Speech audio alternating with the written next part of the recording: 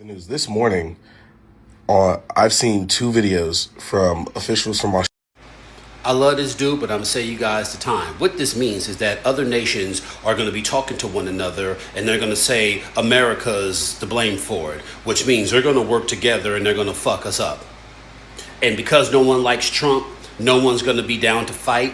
There's going to be a draft and then people are going to laugh. And then ultimately the American people are going to have to make a decision. And that decision, outside of voting, comes down to the No Kings protest, except instead of signs, other things are going to be in our hands. And we're going to have to take it upon ourselves to do what those fine folks did in 1774. That's what's happening. All the nations are coming together, realizing that one man in this bogus ass administration is the reason why they're going to be affected when they themselves had nothing to do with it. Let's get with the scripture, because you saw the clip how you got random people from the world starting to see what the hell's going on the other side, and they starting to see what's going on over here. It's going to be a big divide, and he said it straight, man. All these other countries are going to start to know, that's in the scriptures, start to know the truth about America. They're going to go against America. That's in the scriptures in Revelation, the 17th chapter. Now, I don't know how some of you white Americans are, but where I'm from, if someone is selling fake chum on the block and fuck it up for everyone who's affected by it is going to walk down on a dude selling fake chum. If you make the spot hot and you fuck up our revenue, you're through. So you can say 2 + 2 = flow. Foe? Well, you'll be on the floor. My point is this. This man isn't the president. He's a liquidator. He's liquidating all of our assets and putting everything up for sale. So his billion-dollar friends can come in and buy everything. And we're just sitting back doing nothing. To include other nations looking at us as the culprit. Bottom line, it's 2026 and we are Nazi Germany.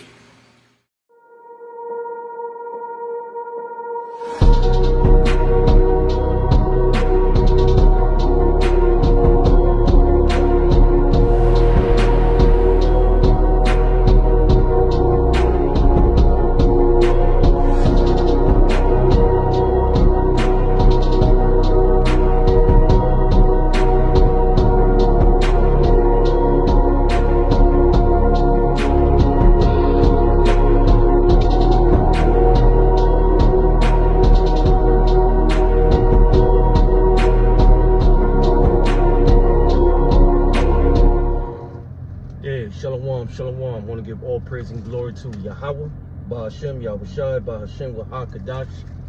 Hey, double honors to the apostles and the elders of Great Millstone. Peace and salutation for the whole black Akim that's pushing his word to serve peace to the 144,000. This Tyler's Doc from the GMS Los Angeles can't come back with another video. I'm going to make this short and straight to the point for it to be edifying to the elect. All right, so let's get with the scripture, because you saw the clip how you got random people from the world starting to see what the hell's going on the other side, and they starting to see what's going on over here. It's going to be a big divide, and he said it straight, man. All these other countries are going to start to know, that's in the scriptures, start to know the truth about America. They're going to go against America. That's in the scriptures in Revelation, the 17th chapter. All right, but let's get to it. All right, this is how we come off, man. Okay, we always come through the spirit of prophecy. This is what we do, man. This is what brothers in Great Millstone of the faith always come with, spirit of prophecy. All right, and you could call us redundant, you could call us all that BS, but if you read the Bible and throughout the scriptures, the prophets spoke of the same vision, man, in different ways, but it's always the same thing. Okay, they were consistently speaking about the end times, man. Okay, so guess what? Where the prophets are all coming back doing the same exact thing in our lot. So let's go to Revelation 19 verse 10, and it reads, "And I fell at his feet to worship him, and he said unto me, See thou do it not. I am thy fellow servant, and of thy brethren that have the testimony of Yahushai. All right, worship Yahushai for the testimony. Worship Yahweh Bashem Yahushai For the testimony of Yahweh Shai is the spirit of prophecy. And this is what we come with, the spirit of prophecy, because we are very aware of the times we're living in, okay? We are very aware of the times we're living in. So you have to understand, you have to be a really observant of the time the season we in. We in a season of hate and war. And we at that time, in the latter times. So let's go to the book of 2nd Ezra, the 9th chapter. And then I'm going to get to it, all right? All right, 2nd Ezra, the 9th chapter. All right, and it reads, boy. He answered me and said, measure thy time diligently in itself. And this is what we're doing. We always constantly watching throughout the news and reports and reporting it to you and carrying out the correct message to you. All right. He said, measure thy time diligently in itself, and when thou seest part of the signs past, which I have told thee before, then shalt thou understand that is the very same time when the highest will begin to visit the world which he made. Therefore, when there shall seeing earthquakes and uproars of people in the world. Now you see the No Kings protest, that's uproars of the people of the world. This is how you know we at that time when the Lord is going to come back, man. Okay? There's a few prophecies that's left out there, and he's going to return. All right? So let's get to these prophecies, man. What you're seeing right now, what you saw in that little clip. All right? This is Joel, the 3rd chapter, verse 9. This is what's leading to what he's describing. All right.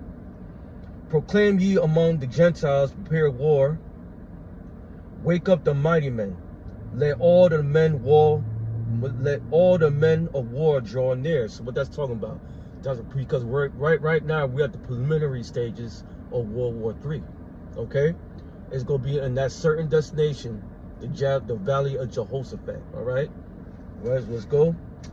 Let all the men of war draw near, let them come up.